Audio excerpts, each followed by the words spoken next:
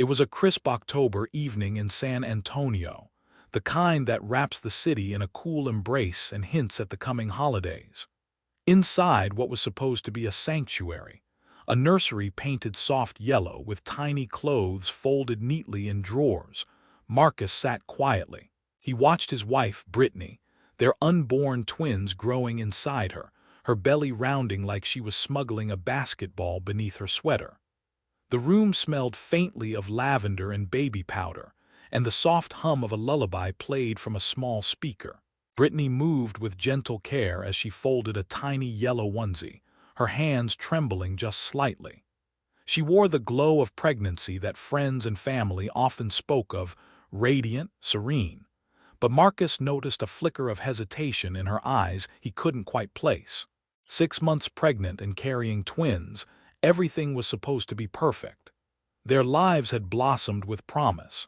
A happy marriage spanning 3 years, a nursery filled with hope, and a baby shower planned in just 2 weeks.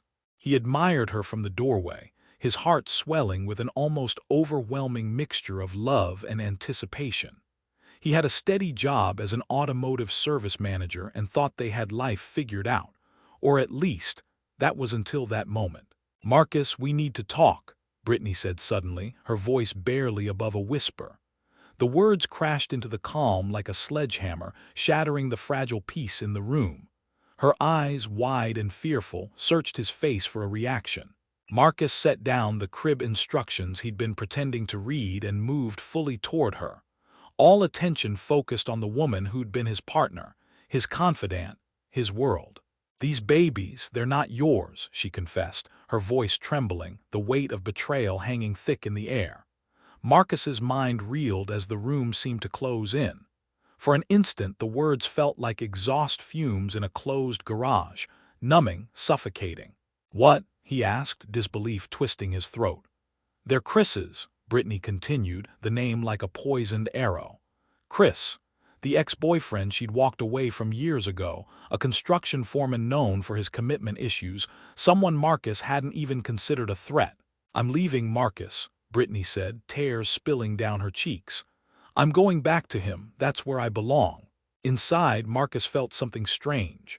A calm, almost cold detachment, like the resignation of a man who finally realized his engine was beyond repair. "I wish you luck," he said softly, "and I hope it works out for you." Brittany blinked, unable to process the absence of anger or pleading. "That's it, that's all you're going to say," her voice cracked with confusion. Marcus shook his head slowly. "What else is there to say? You've made your choice." Rising from the rocking chair he'd imagined using for those sleepless nights, Marcus felt a deep disconnect settle over him. "I'll start making arrangements," he said quietly, the journey toward reclaiming himself beginning in that fractured moment. The next day, Marcus called in a personal day and began the meticulous unraveling of their shared life. Wedding gifts were boxed up and returned, crystal from Macy's, a stand mixer to Williams-Sonoma, a silverware set back to Bed Bath & Beyond. Each return felt like pulling threads from a tapestry that had never been as beautiful as he'd believed. He canceled the baby shower reservation, reclaiming much of the $6,800 deposit, a financial reminder of a celebration that would never be. Removing Brittany from his auto insurance dropped his monthly payment by $140, a bittersweet relief. Closing their joint savings account and transferring funds to his own new account felt like reclaiming ownership of his future. Each tough call, signature, and form was a reclaiming of a self once given freely to someone who no longer deserved it. Brittany moved out quietly that weekend, avoiding confrontation or sorrow, leaving behind an empty closet and a bathroom counter suddenly free of her endless collection of skincare products. The house felt emptier than ever, each quiet room a monument to what was lost. Yet, 2 weeks later, the silence was broken by the sound of a key turning in the front door. Marcus hadn't changed the locks in his haste.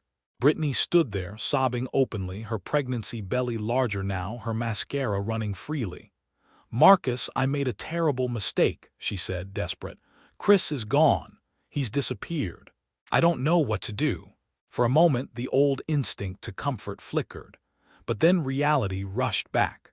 The woman standing before him, who had chosen another over their life, was now seeking shelter from the storm she'd created.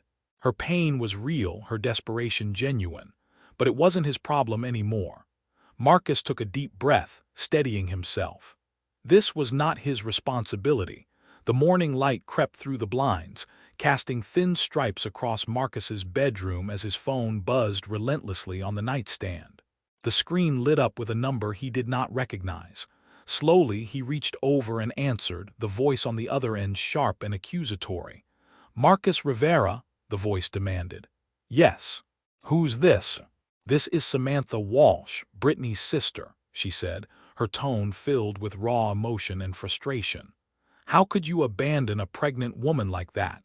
Do you even realize the damage you've done?" Marcus sighed deeply, anchoring himself against the wave of indignation and misplaced anger crashing through the receiver. He was familiar with Samantha, a young woman caught in the bubble of idealism, blind to the reality of choices made and consequences accepted. "Samantha, I think you might be a little confused about what happened here," Marcus said carefully, his voice steady despite the tension simmering inside him. "Brittany left me for another man. She made her choice. But Samantha refused to hear reason. That doesn't matter. She needs you now. Those babies need a father figure, and you're being selfish turning your back."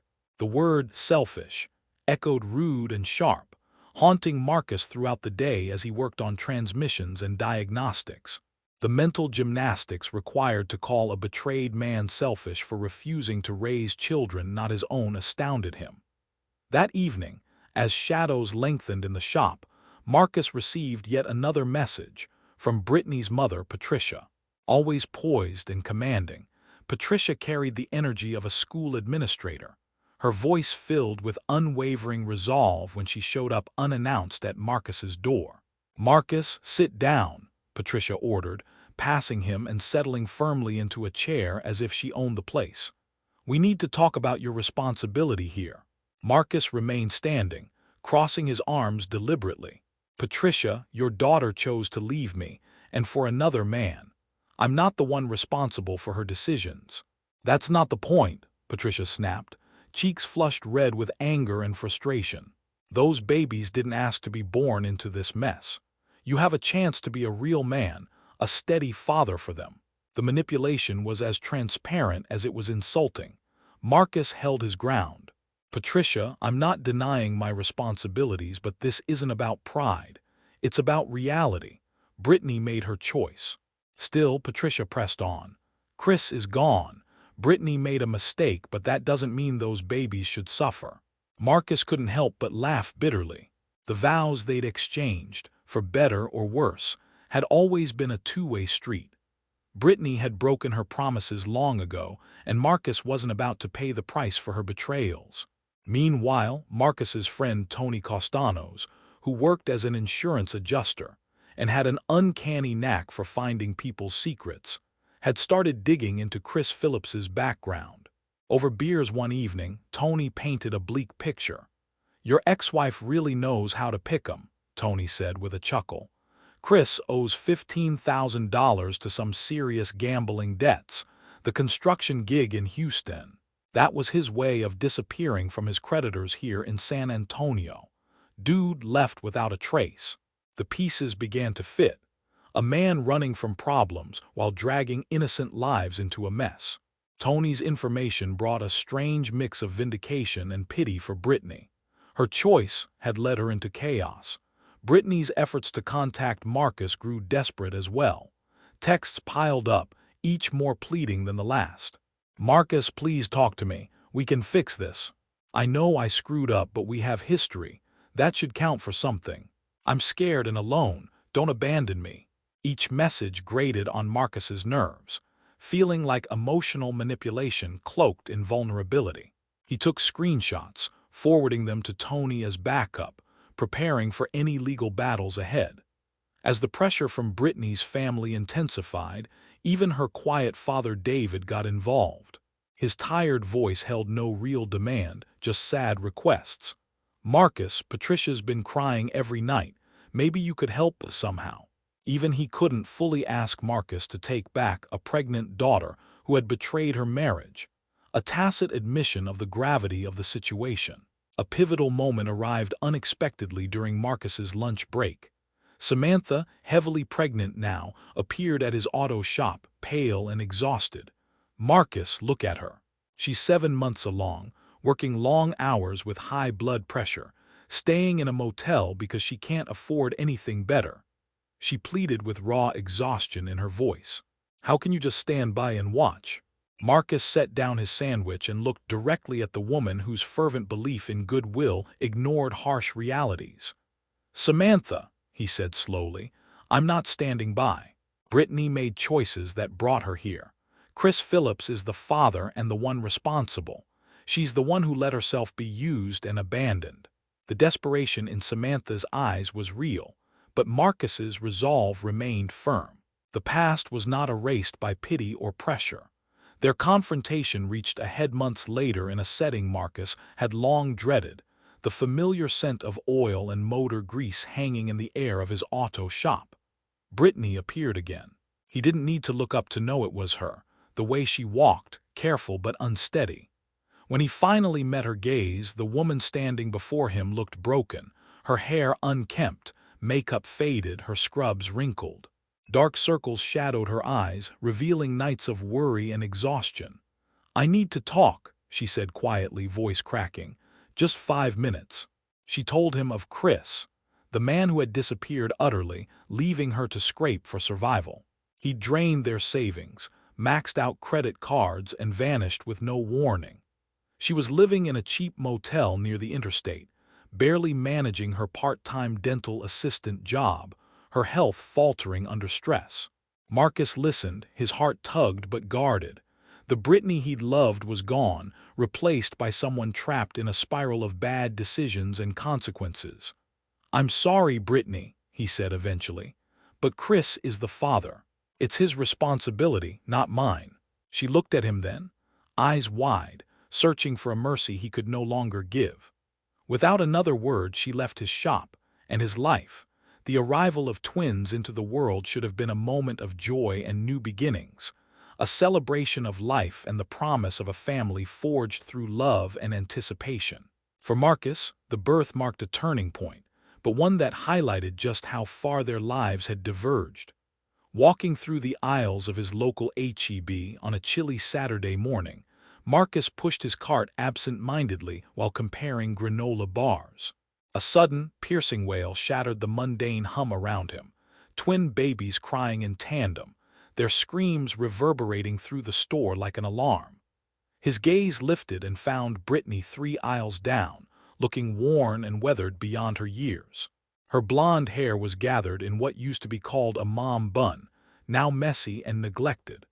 Sweatpants and a stained shirt hung loosely on her slimmer frame, evidence of lost weight and sleepless nights. Before her, a double stroller contained 2 infant faces scrunched in crying fits, battling each other to be heard.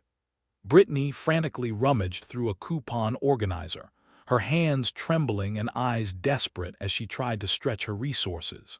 Instead of pity or anger, Marcus felt detached, as if observing a wild creature from a distance, a life too far removed to engage.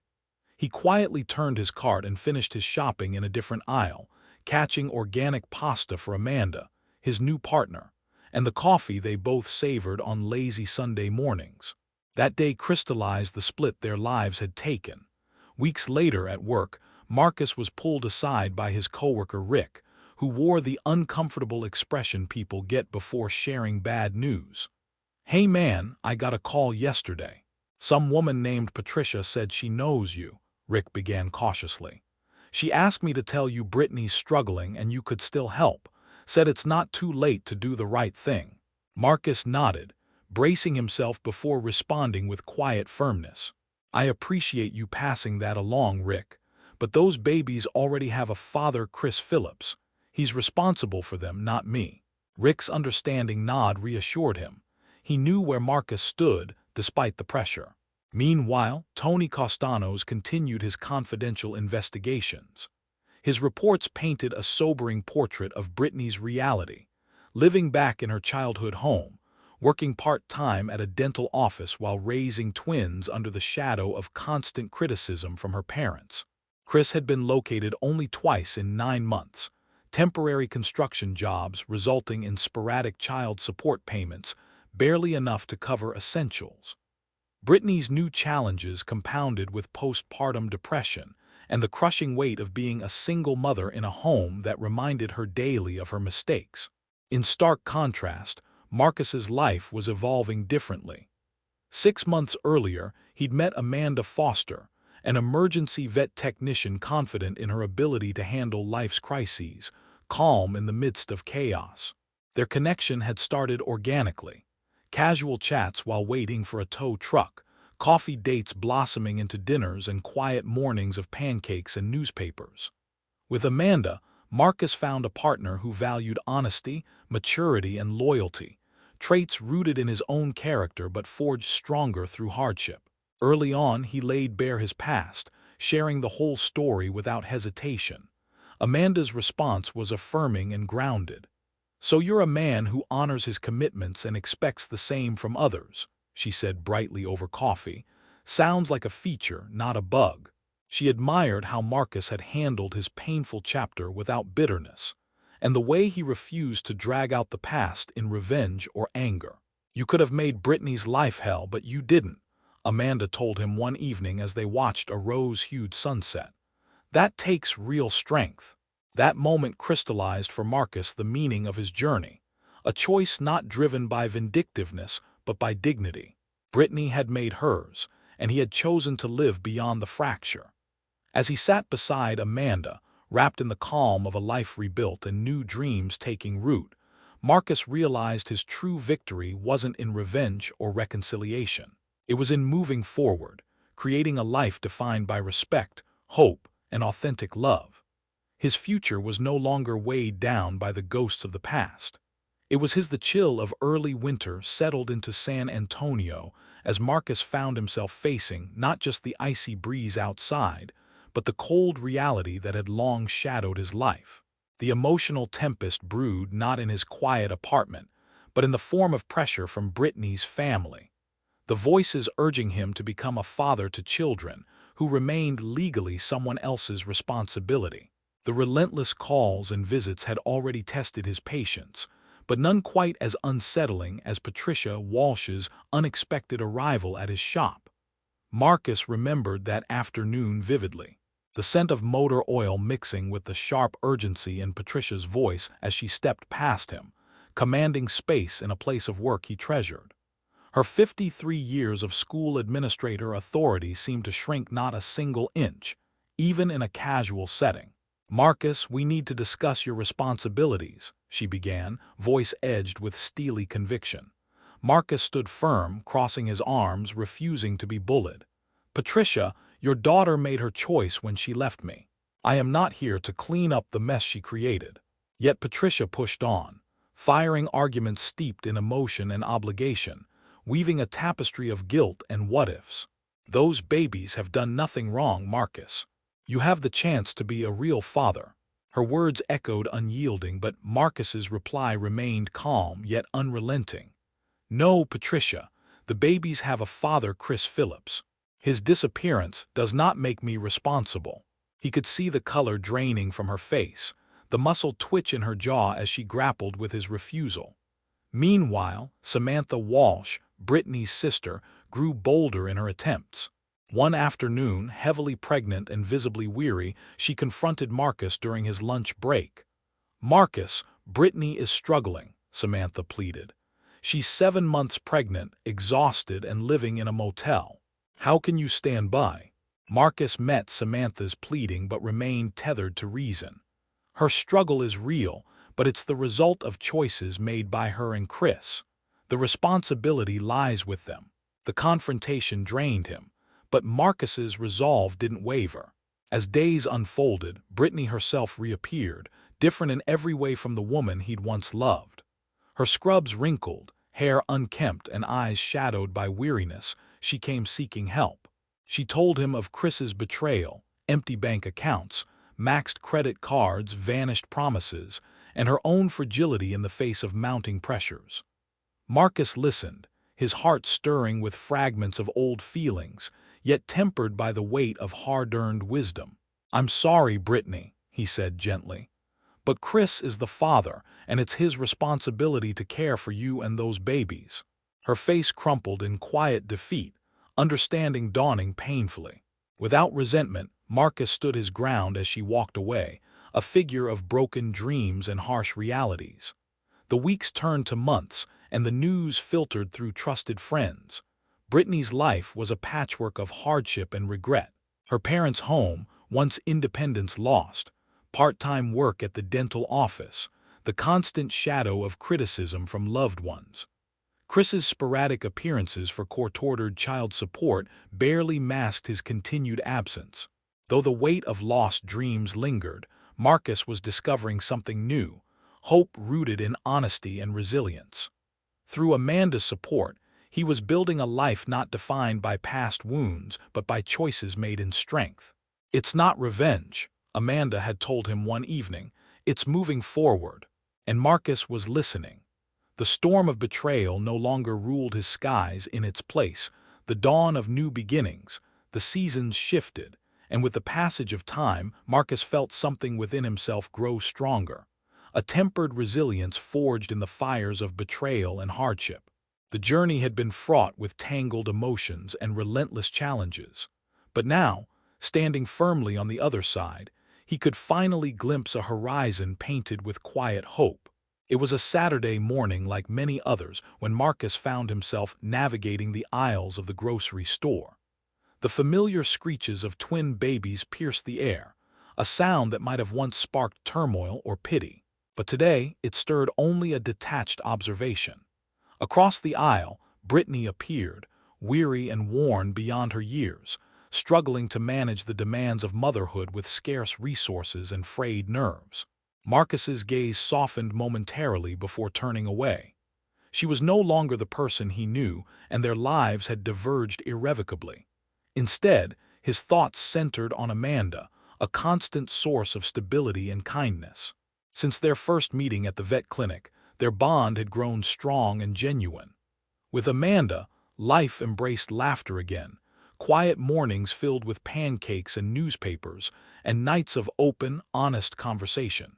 One evening on his back porch, watching the sun paint the sky with hues of orange and pink, Amanda had looked at him with gentle wisdom. "You could have made her life a nightmare," she said softly. "But you didn't. That shows real strength." Her words resonated deep inside Marcus, crystallizing the truth of his journey. It wasn't revenge that defined him. It was dignity, grace, and the courage to build something new from the ruins. Yet the echoes of the past still rippled in small ways. Messages from Brittany's family, the occasional update from Tony about Chris's continued absence, and the struggles Brittany faced. Marcus accepted these as reminders not of failure, but of lessons learned. The hardest battles were behind him, and the hardest choice had rewarded him with peace. Amanda's presence reminded him daily of the life he deserved and the love that awaited. Together, they dreamed of a future rich with possibility, one built on trust, respect, and steady hands willing to hold one another through whatever storms lay ahead. As the city lights flickered to life around them, Marcus closed his eyes and breathed deeply, the cool night air soothing. He no longer carried the weight of a broken past. Instead, he carried hope, and in that hope he found redemption.